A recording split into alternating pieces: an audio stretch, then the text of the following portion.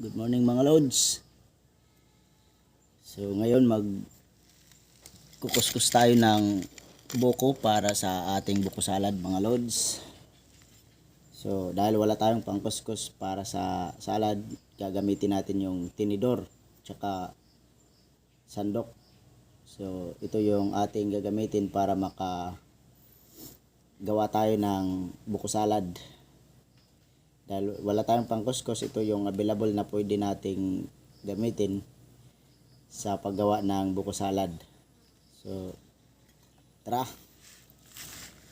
ito yung buko. So, ito naman yung gagamitin natin.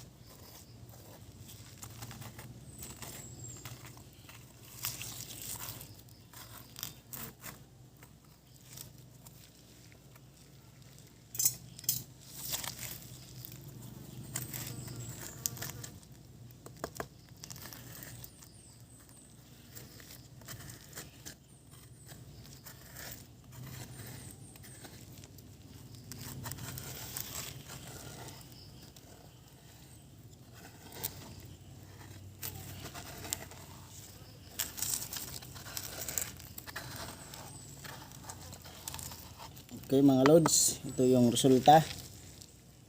Ito. Dahil wala tayong pangkuskus ng buko. So ito medyo malalaki pero okay na din to. Ito mga lods.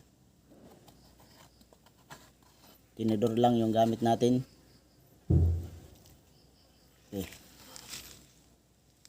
Ilagay na natin dito sa ating lalagyan.